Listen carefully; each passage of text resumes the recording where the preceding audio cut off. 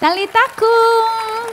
Berjumpa lagi dalam Talitakum Junior Bible Study yang membawa kita belajar untuk melihat Yesus Sang Juru Selamat dalam setiap bagian di Alkitab, mulai dari awal sampai yang akhir. Karena Alkitab ini adalah tentang Yesus. Nah, anak-anak, hari ini kita mau lihat tentang Perjanjian Baru. Perjanjian Baru itu adalah buku yang menuliskan tentang kehidupan Tuhan Yesus kita waktu dia di bumi. Dan juga ada sejarah tentang awal-awal pembentukan gereja.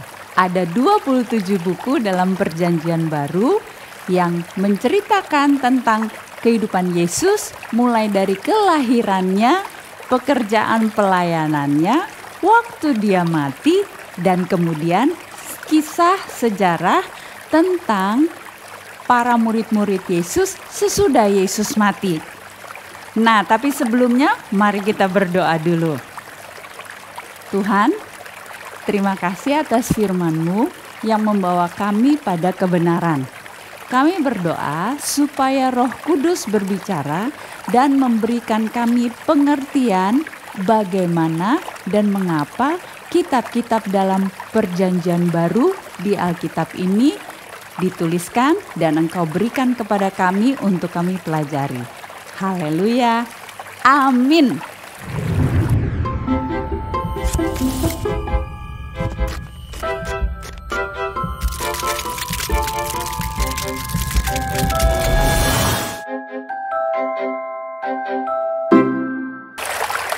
Nah, anak-anak, kita sudah belajar dari pelajaran yang lalu bahwa Alkitab yang arti katanya adalah buku itu terdiri dari buku-buku yang lain yang dituliskan oleh banyak orang dalam waktu yang berbeda-beda.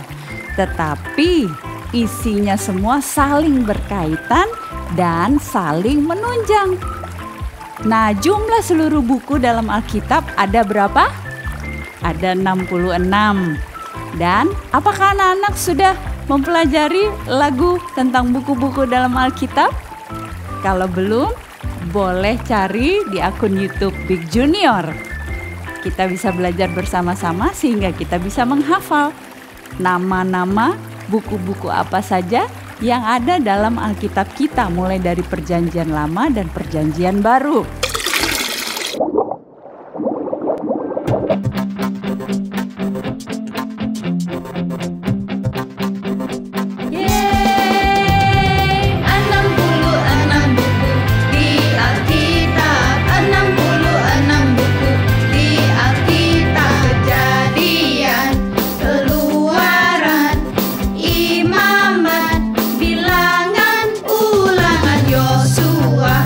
Hakim-hakim Rut 1 dan 2 Samuel.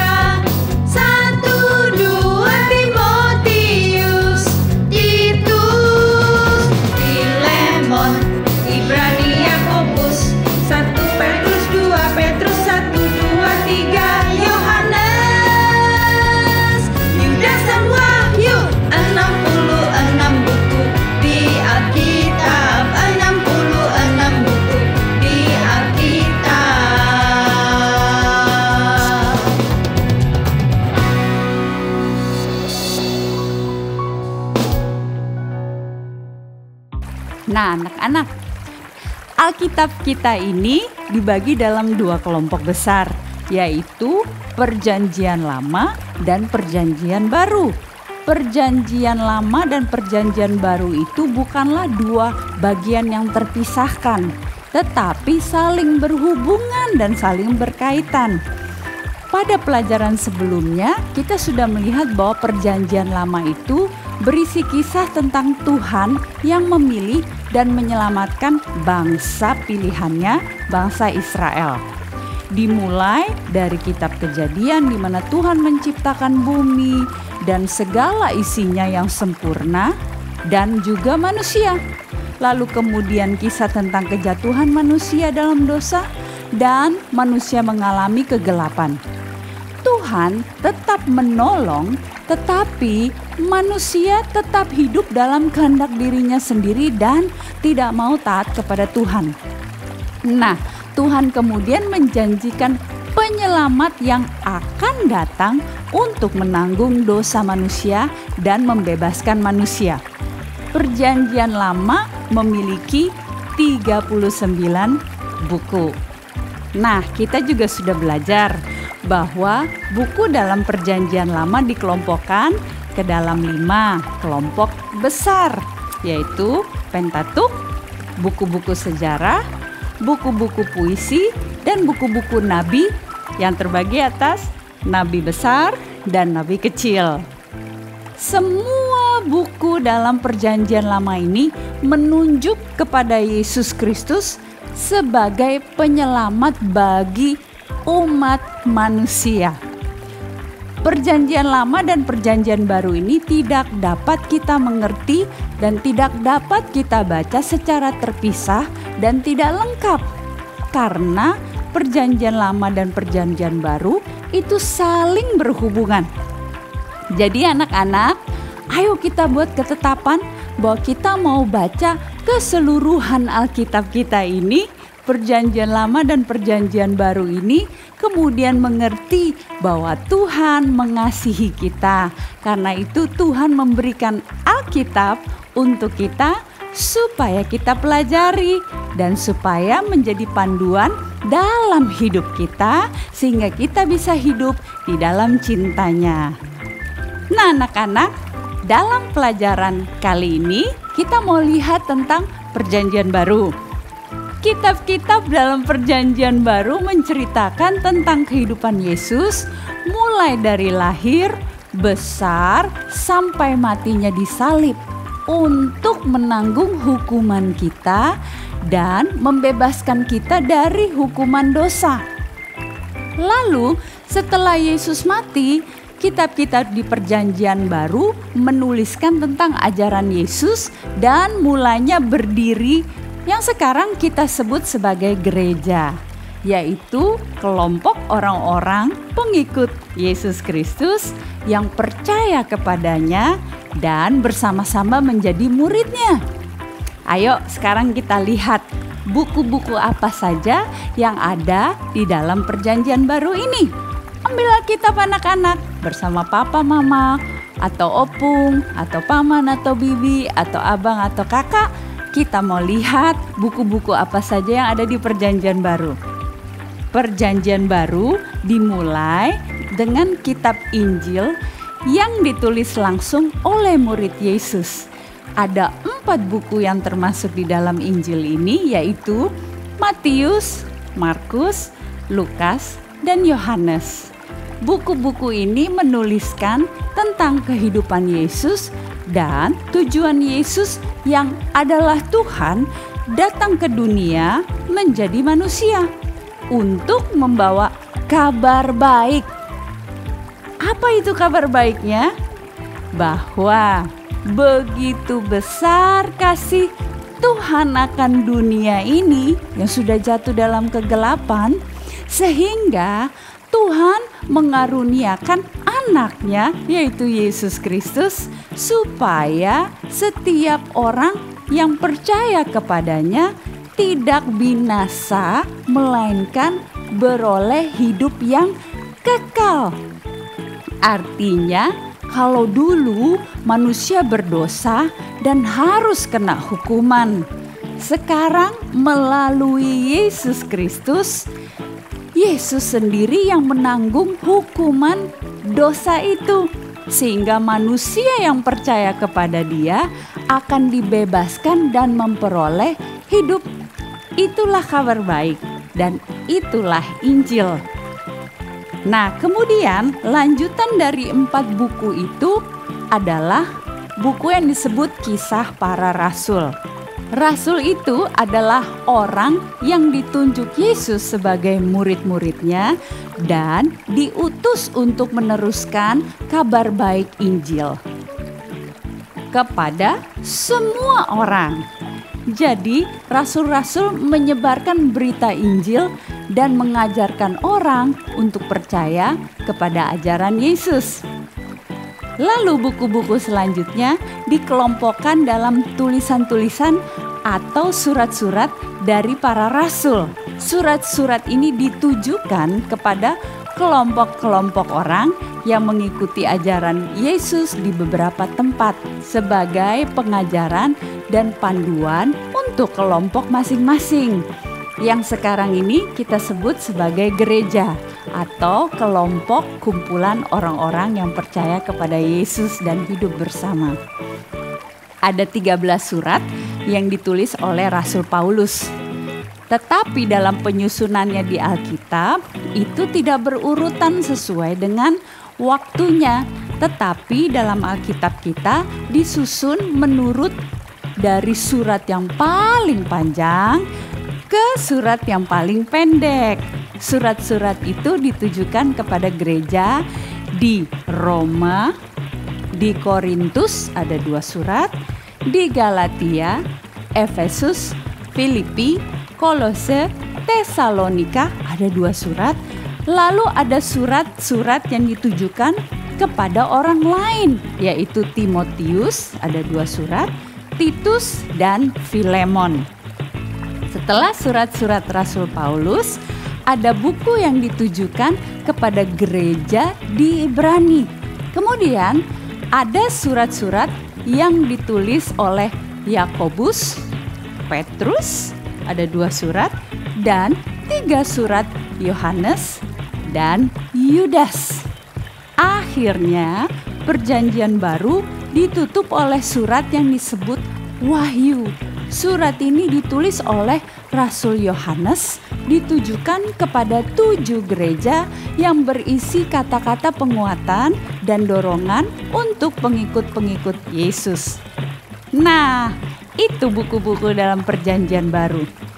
Tapi isinya tentang apa? Lalu apa hubungannya buku-buku di Perjanjian Baru dengan yang ada di Perjanjian Lama? Nanti waktu kita belajar lebih lanjut tentang Perjanjian Lama dan kita lihat buku demi buku, kita akan belajari bahwa sejak manusia jatuh dalam dosa, manusia tidak bisa menyelamatkan dirinya sendiri.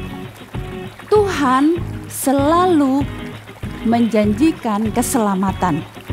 Tuhan selalu datang menolong dan menyelamatkan manusia. Tetapi manusia harus hidup dalam peraturan Tuhan. Ketika tidak taat, manusia kena hukumannya lagi. Tetapi Tuhan menjanjikan keselamatan yang sempurna yang akan datang kemudian. Perjanjian Baru menceritakan tentang janji tersebut yang digenapi kemudian di dalam Yesus Kristus. Yesuslah anak yang dijanjikan Tuhan pada Abraham sebagai penyelamat. Dia juga datang mengambil rupa manusia dan menjadi sama seperti manusia kecuali dalam hal berdosa. Ia tidak berdosa karena ia adalah Tuhan. Jadi Yesus memperkenalkan dirinya sebagai Raja yang kekal. Tetapi ia juga manusia yang datang untuk melayani manusia. Nah, si jahat ini kemudian membawa Yesus untuk dihukum dengan mati di kayu salib. Si jahat merencanakan untuk membunuh Yesus Tetapi ternyata dengan mati di salib, Yesus justru menyelesaikan hukuman dosa bagi manusia. Karena ia juga adalah manusia. Ia kemudian mengalahkan kematian, dan karena ia Tuhan yang menciptakan kehidupan, ia bisa hidup kembali dan memerintah sebagai raja. Setelah Yesus naik ke surga, ia memberikan Roh Kudus-Nya kepada para murid-Nya dan kemudian memberikan mereka kuasa untuk menyebarkan dan mengajarkan tentang apa yang sudah Yesus selesaikan.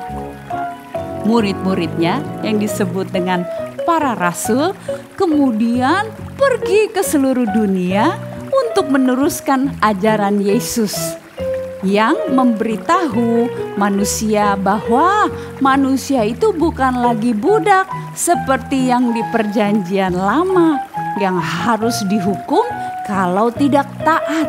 Tetapi Yesus memberikan hati yang baru sehingga setiap manusia yang percaya kepadanya bisa hidup taat pada Tuhan mulai dari hatinya. Nah, kita sekarang hidup di masa yang jahat ini, tetapi kita dapat janji yang baru, yaitu Yesus akan datang kembali nanti menjadi raja dan berkuasa atas bumi.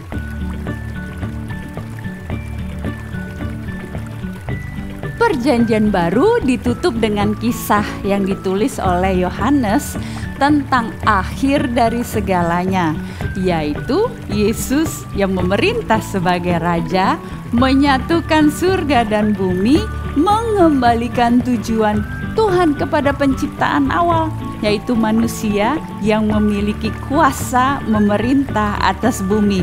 Manusia yang sejak awal diciptakan Tuhan segambar dan serupa dengan dirinya, kemudian setelah jatuh dalam dosa menjadi rusak, manusia ini akan dipulihkan kembali dan menjadi ciptaan yang baru ketika Yesus datang kembali.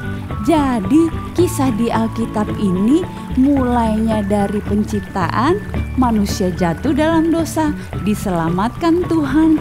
Manusia jatuh dalam dosa, lalu Tuhan memberikan keselamatan yang kekal, dan dari keselamatan kekal Tuhan memberikan kehidupan, dikembalikan lagi seperti semula penciptaan. Haleluya! Itulah garis besar cerita tentang Perjanjian Baru. Nah, anak-anak, kalau anak-anak belum pernah tahu dan belum pernah sadar atau mengerti kenapa Yesus mengasihi anak-anak, ini sekarang waktunya. Mari kita berdoa kalau anak-anak mau Yesus yang adalah Tuhan itu hidup di dalam kita. Bukan saja di dalam buku ini, tetapi Yesus yang adalah Tuhan itu masuk di dalam hidup kita, tinggal di dalam hati kita, dan memberikan kita pengertian dan pengenalan akan kasih-Nya. Kalau anak-anak mau, kita berdoa sekarang. Ayo kita berdoa. Ikuti doa ini ya. Tuhan Yesus, terima kasih untuk kesempatan ini. Kami bisa mengenal Alkitab, kami bisa mengenal Engkau melalui Alkitab. Kami berdoa supaya Engkau Tuhan menuntun kami untuk lebih mengenal Engkau dan kami diselamatkan. Karena dari hati kami percaya dan dibenarkan, dengan mulut kami mengaku dan diselamatkan. Ampuni kami Tuhan, kalau kami hidup tidak taat dengan tidak mengenal Engkau. Kami sekarang mau hidup sebagai anak-anak terang, sebagai anak-anak Tuhan. Percaya kepadamu dan selalu mau belajar daripadamu. Haleluya. Amin. Sampai jumpa pada pelajaran berikutnya. Talita kum.